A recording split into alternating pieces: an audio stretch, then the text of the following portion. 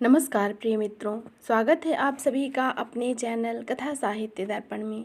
मित्रों, जैसा कि आप सभी लोग जानते हैं, इस समय हम लोग महादेवी वर्मा जी द्वारा लिखा उनका रेखा चित्र संग्रह मेरा परिवार के समस्त रेखा चित्रों का वाचन कर रहे हैं। तो उसी श्रृंखला में आज हम लोग सुनेंगे महादेवी वर्मा जी द्वारा लिखा एक रेखा चित्र गौरा गौरा जिसमें एक गाय का वर्णन है। जीव जंतुओं के प्रति करुणा जगाती महादेवी वर्मा की रचना, जिसका नाम उन्होंने अत्यंत सौहार्दपूर्ण मेरा परिवार रखा है, उसमें उन्होंने मानवेतर प्राणियों यानी कि जीव जंतुओं का अत्यंत सूक्ष्म और मार्मिक चित्रण किया है, जो कि एक कहानी की तरह ही प्रतीत होते हैं। मुख्यतः महादेवी वर्मा छायावाद की कवयित्री हैं, वो भी प्रमुख कवयित्री हैं।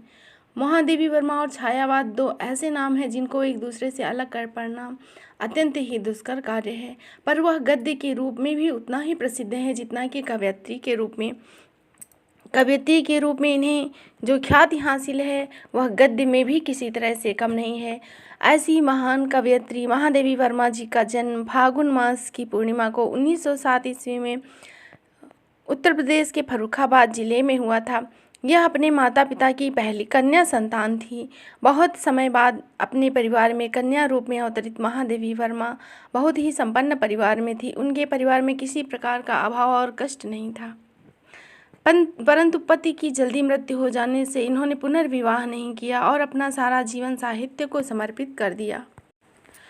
मेरा परिवार संस्मरण रेखा चित्र, जिसमें मानवेतर प्राणियों की कथा को आधार बनाया गया है। इस संस्मरण में वर्मा जी ने जीव जंतुओं व पशु पक्षियों को इतने सुंदर पलों को उभारा है कि पाठक अंत तक जुड़ाव महसूस करता है।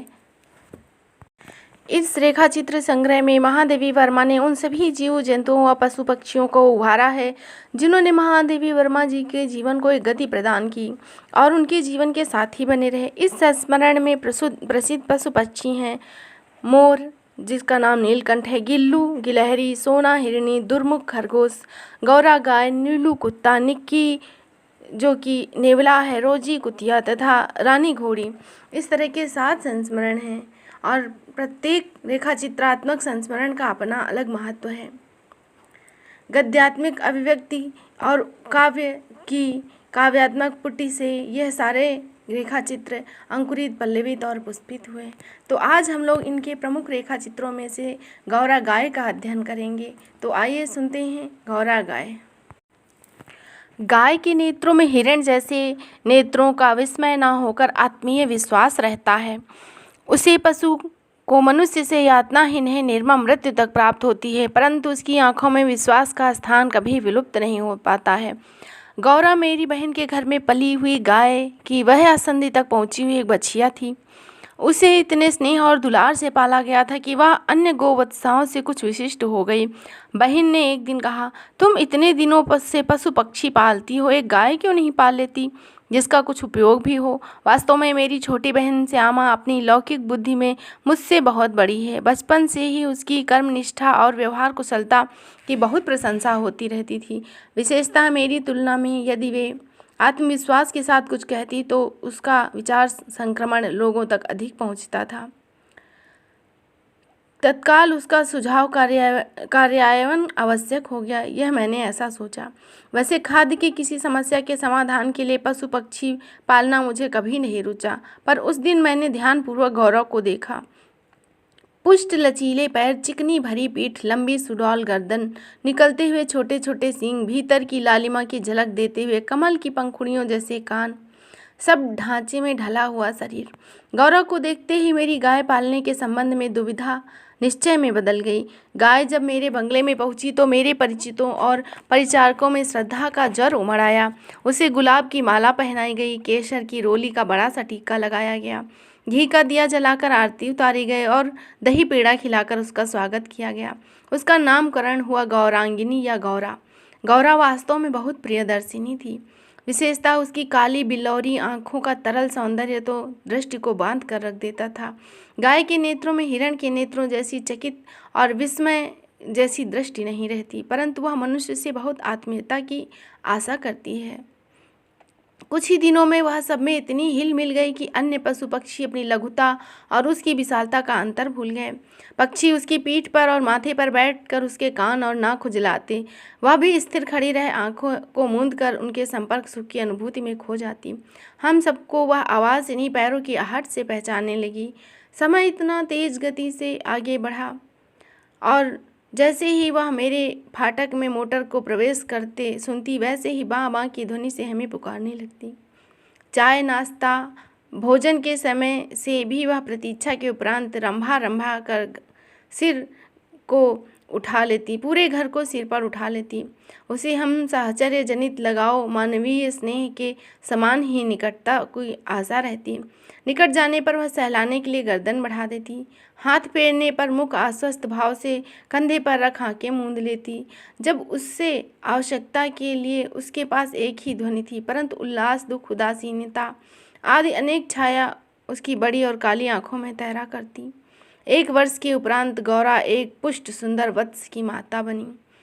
वत्स अपने लाल रंग के कारण गेरू का पुतला जान पड़ता था। माथे पर पान के आकार का श्वेत तिलक, चारों पैरों में खुरों के ऊपर सफ़ेद वलय ऐसे लगते थे मानो गेरू पर बनी वत्स मूर्ति को चांदी के आभूषणों से अलंकृत किया गया हो।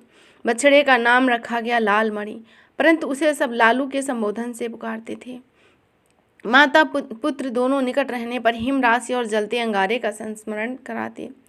अब हमारे घर में मानो दुग्ध महोत्सव आरंभ हो गया। गौरा प्रायः 12 सेर के लगभग दूध देती थी, अतः लाल मणि के लिए कई सेर छोड़ देने पर भी इतना अधिक शेष रहता कि आसपास के बाल गोपाल से लेकर कुत्ते बिल्ली सब पर मानो दूध की वर्षा हो रही थी। कुत्ते बिल्लियों ने तो एक अद्भुत दृश्य उपस्थित कर दिया। दुग्ध दोहन के समय वे सब गौरा के सामने एक पंक्ति से बैठ जाते और महादेव उनके खाने के लिए निश्चित बर्तन रख देता। किसी विशेष आयोजन पर आमंत्रित अतिथियों के समान वे परम शिष्टता का परिचय देते हुए प्रतीक्षा करते रहते। फिर नाप नाप कर सबके पात्रों में दूध डाल दिया जाता, जिसे पीने के उपरांत वे एक बार फिर अपने स्वरों में कृतज्ञता ज्ञापन करते हुए गौरा के चारों ओर उछलते कूदते। जब तक वे सब चले न जाते, गौरा प्रसन्न दृष्टि से उन सबको देखती रहती। जिस दिन उनके आने में विलंब होता, वह रंभा रंभा कर मानो उन्हें पुकारती रहती, पर अब दुग्ध दोहन की समस्या का कोई स्थायी समाधान चाहती थी।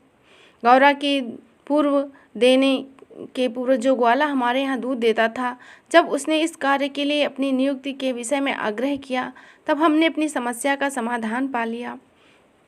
2-3 मास के उपरांत गौरा ने दारा चाना खाना बहुत कम कर दिया। वह उत्तरोत्तर दुर्बल और शिथिल रहने लगी। चिंतित हो मैंने पशु चिकित्सकों को बुलाकर दिखाया। वे कई दिनों तक अनेक प्रकार के परीक्षण निरीक्षण करने के बाद रोग का निदान न पा सके। अंत में उन्होंने निर्णय दिया कि गाय को सुई खिला दी गई है, जो उसके रक्त संचार के साथ हृदय तक पहुंच गई है। जब सुई गाय के हृदय को पार हो जाएगी, तब रक्त संचार रुकने से उसकी मृत्यु निश्चित है। मुझे कष्ट और आश्चर्य दोनों की अनुभूति हुई। सुई खिलाने का क्या तात्पर्य हो सकता है? चारा तो हम स्वयं देखभाल करके देते हैं, परंतु संभव है उसमें सुई चली गई हो। पर डॉक्टर के उत्तर से ज्ञात हुआ कि चारे के साथ सुई गाय के मुंह में ही छिद कर रह जाती।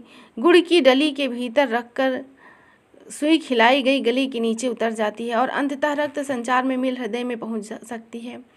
अंत में ऐसी निर्मम सत्य उद्घाटित हुआ जिसकी कल्पना मेरे लिए संभव नहीं थी। प्रायः कुछ ग्वाले ऐसे घरों में जहां उनसे अधिक दूध लिया जाता है, गाय का आना सहन नहीं कर पाते। अवसर मिलते हुए गुड़ में लपेटकर सुई खिला उसे असमय मृत्यु को पहुंचा देते हैं। गाय के मर जाने पर उन घरों में वे पुनः दूध देने लगते हैं। सुई की बात ज्ञात होते ही ग्वाला एक प्रकार से अंतर ध्यान हो गया, अतः संदेह विश्वास में बदल जाना स्वाभाविक था। वैसे उसकी उपस्थिति में भी किसी कानूनी कार्रवाई के लिए आवश्यक प्रमाण जुटाना असंभव था। तब गौरा का मृत्यु से संघर्ष प्रारंभ हुआ, जिसकी स्मृति मात्र से आज भी मन सिहर उठता है। डॉक्टरों ने कहा, गाय को सेब का रस पिलाया जाए तो सुई पर कैल्शियम जम जाने और उसके न चुभने की संभावना है। अतः नित्य कई बार सेब का रस निकाला जाता, नली से गौरा को पिलाया जाता, शक्ति के लिए इंजेक्शन दिए जाते। पशुओं के इंजेक्शन के लिए सूजे के समान बहुत लंबी मोटी सिरिंज तथा बड़ी बोतल भर दवा की आवश्यकता होती है। अतः वह इंजेक्शन भी अपने में शल्य क्रिया जैसा यातनामय हो जाता है। पर गौरा अत्यंत शांति से बाहर और भीतर दोनों की चुभन और पीड़ा बर्दाश्त कर रही थी। केवल कभी कभी उसकी सुंदर पर उदास आँखों के कोनों में पानी की 2 बूंदें झलक उठती। वह उठ नहीं पाती थी, परंतु मेरे पहुँचते ही उसकी आँखों में प्रसन्नता की छाया तैरने लगती। पास जाकर बैठने पर वह मेरे कंधे पर अपना मुँह रख देती और खुरदरी जीभ से मेरी गर्दन चाटने लगती। लालमणि बेचारे को तो माँ की व्याधि और आसन्न मृत्यु का बोध नहीं। उसे दूसरी गाय का दूध पिलाया जाता था जो उसे रुचिता नहीं। वह तो अपनी माँ का दूध पीना और उससे खेलना चाहता था। अतः अवसर मिलते ही गौरा के पास पहुंचकर अपना सिर मार मार कर उसे उठाना चाहता था। यह खेलने के लिए उसके चारों ओर उछल कूद की परिक्रमा कर देता। इतनी हष्ट पुष्ट सुंदर दूध सी उज्जवल पयस्विनी गाय अपने इतने सुंदर चंचल वत्स को छोड़ किसी दिन निश्चेष्ट हो जाएगी, यह सोचकर ही आंखों में आंसू आ जाते थे। लखनऊ, कानपुर आदि नगरों से भी पशु विशेषज्ञों को बुलाया गया। स्थानीय पशु चिकित्सक तो दिन में 2-3 बार आते रहे, पर किसी ने ऐसा उपाय नहीं बताया जिससे आशा की कोई किरण मिलती। निरुपाय मृत्यु की प्रतीक्षा में वह मर्म जान पाता है जिससे किसी असाध्य और मरणासन रोगी के पास बैठना पड़ता हो।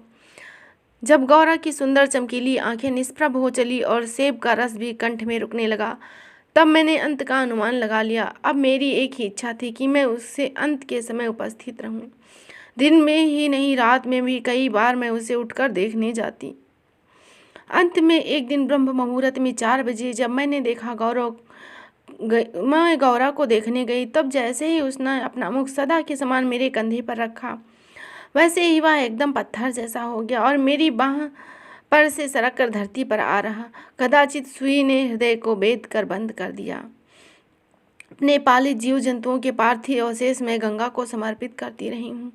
गौरांगिनी को लेकर जाते समय मानो करुणा का समुद्र उमड़ आया, परंतु लालमणि इसे भी खेल समझ उछलता कूदता रहा। यदि दीर्घ निश्वास का शब्दों में अनुवाद हो सकता तो उसकी प्रतिध्वनि कहेगी, आह मेरा गोपालक देश। जहाँ गायों की पूजा की जाती है वहाँ गाय की ऐसी निर्मम हत्या। तो इस तरह आपने सुना महादेवी वर्मा जी द्वारा लिखे रेखा चित्र संग्रह मेरा परिवार का एक रेखा चित्र गौरा। अत्यंत ही मार्मिक और करुण रेखा चित्र, जिसे सुनकर पाठक का मन आह्लादित हो उठता है और आंखों से आंसू स्वतः ही निकल आते हैं। ऐसे शब्दों का चित्र बिखेरने वाली महादेवी वर्मा जी अद्वितीय और अप्रतिम है। यह रेखा चित्र मैं आशा करती हूँ कि आपको अवश्य ही पसंद आया होगा। तो फिर मिलेंगे इसी रेखा चित्र संग्रह के एक अगले रेखा चित्र के साथ। तब तक के लिए धन्यवाद। मित्रों, आप अपने सुझाव कमेंट के माध्यम से ज़रूर बताया करें। तो फिर मिलेंगे एक नए रेखा चित्र के साथ। तब तक के लिए धन्यवाद। जय हिंद, जय हिंदी।